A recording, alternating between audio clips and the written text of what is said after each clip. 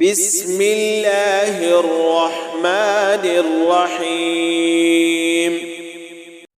وإذ قال إبراهيم رب اجعل هذا بلدا آمنا وارزق أهله من الثمرات من آمن منهم بالله واليوم الآخر قال ومن كفر فأمتعه قليلا ثم أضطره إلى عذاب النار وبئس المصير.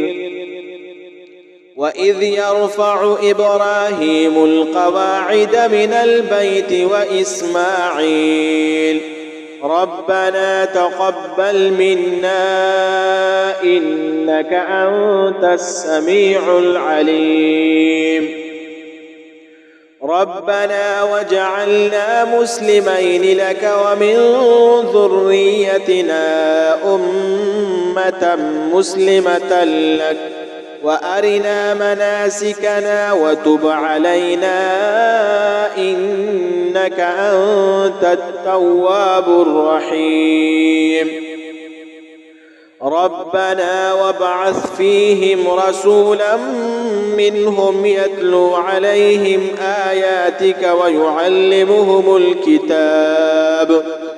ويعلمهم الكتاب والحكمة ويزكيهم إنك أنت العزيز الحكيم.